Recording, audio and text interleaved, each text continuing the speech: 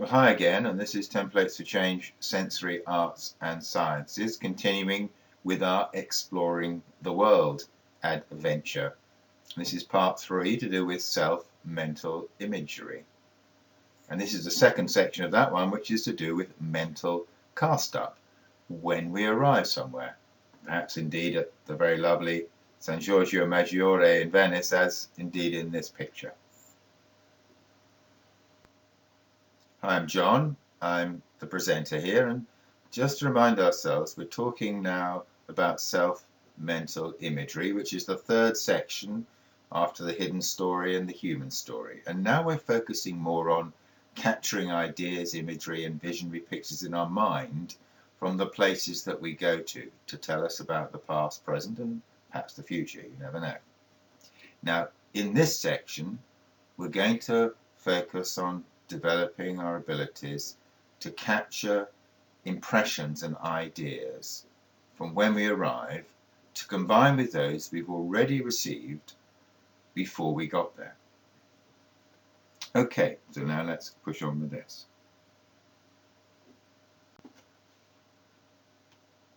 Now, we've already given ourselves, haven't we, some mental instructions on making connections before we even get to the place we're going to.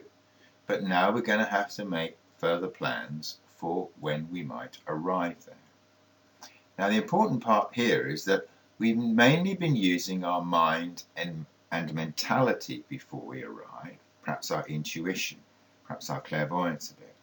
But now what we're going to have to use is all our other senses too, our physical senses, our feelings and instincts that are going to be triggered as the place itself impresses itself upon us. Okay, so now we're going to focus on letting the place impress itself upon us. And remember, of course, that we have started to do this when we looked at the waiting process from part 1 of the whole series. And this third part, this third series, is indeed designed to help improve the work we've done there and to expand upon it and to grow it.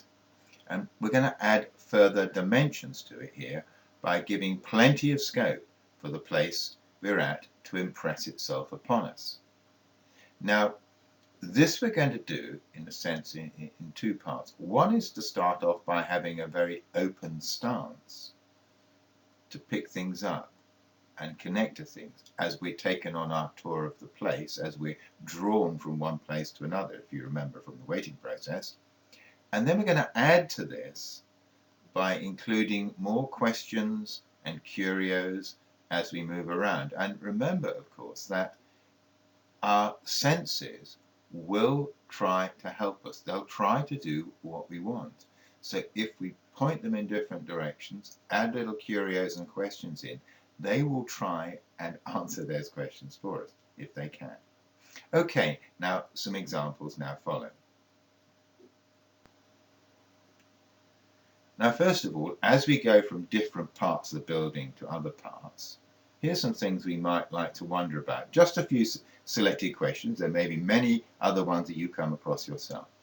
Now, for example, upstairs, downstairs, do you get different senses on different floors telling you about different things going on in different parts of the building, different focus, different adventures, different inquiries that you might need to make?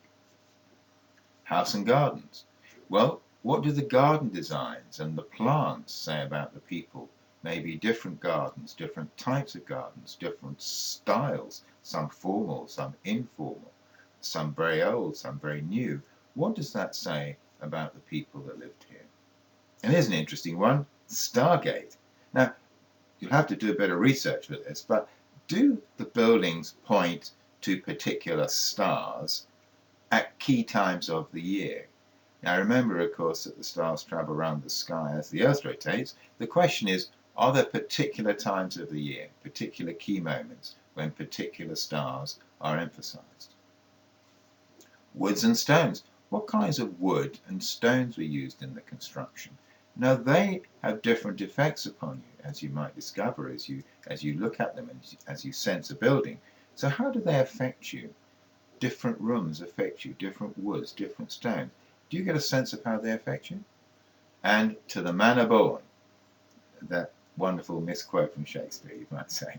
Well, who lived or spent time there? Who are the people that were there? Who were born to that particular place and lived there? And then again, we're looking at different parts of the building, but let's look at what I call here encounters of the three kinds, because there's different kinds of activity that went on in different parts of the building, weren't there, in different spaces. And these can help explain the meanings and help you to connect to what went on there. So first of all, you might look at the work areas, you might say, the servants, the storage, the kitchens, the basements, the cellars, the passageways. What was going on there? What kind of people were active there? What were they doing? Prompt yourself about that. And then, of course, there's the domestic areas, aren't there, where the courtiers were, the living rooms, the bedrooms, perhaps where the soldiers stood and guarded the people. And then finally you have the leadership. You have the leaders, the royalty, the administration, the judicial aspects and the religious parts and the councils. And here, of course, we have an example of that, the Great Hall of Hampton Court, where indeed royalty would have sat and high leaders would have sat in times gone by.